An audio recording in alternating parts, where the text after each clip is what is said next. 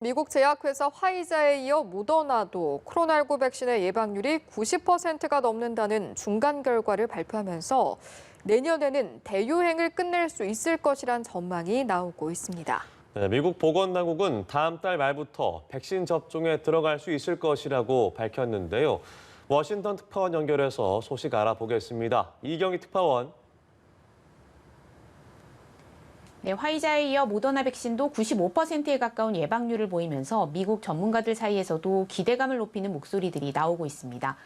스콧 고틀립 전 미국 식품의약국 국장은 언론 인터뷰에서 모더나와 화이자의 백신을 언급하면서 내년 대유행을 사실상 끝낼 수 있을 것으로 본다고 말했습니다. 특히 모더나 백신은 화이자 바이오엔테크 백신과 달리 초저온이 아닌 일반 냉장고에서도 보관할 수 있고 화이자 백신은 5일 동안 보관이 가능한 데 반해 모더나 백신은 30일 동안 보관할 수 있어서 보급이 훨씬 쉬울 것이란 전망이 나오는데요. 미 식품의약국 승인을 받으면 모더나는 올해 1천만 명 접종할 수 있는 분량을 공급할 수 있고 내년에는 전 세계적으로 2억 5천만 명에서 5억만 명이 투여할 수 있는 분량을 생산할 수 있을 것으로 전망됩니다. 미국 앤서니 파우치 국립 알레르기 전염병 연구소장은 미국에서 12월 말에 첫 번째 백신 접종이 이루어질 것으로 예상한다고 밝혔는데요. 이를 위해 미 질병통제예방센터 CDC는 다음 주 백신 접종 우선순위를 정하는 작업에 들어간다고 밝혔습니다. 의료 종사자, 필수 종사자, 65세 이상, 또 기저질환이 있는 사람 등이 우선 접종 대상이 될 전망입니다.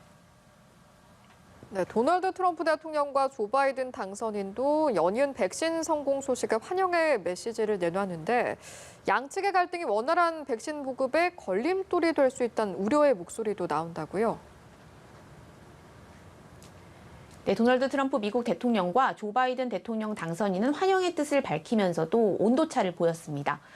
트럼프 대통령은 자신의 임기 중에 개발됐다는 사실에 의미를 부여했는데요. 이 위대한 발견들이 모두 내 재임 기간에 일어났음을 역사가들이 기억하기를 바란다고 강조했습니다.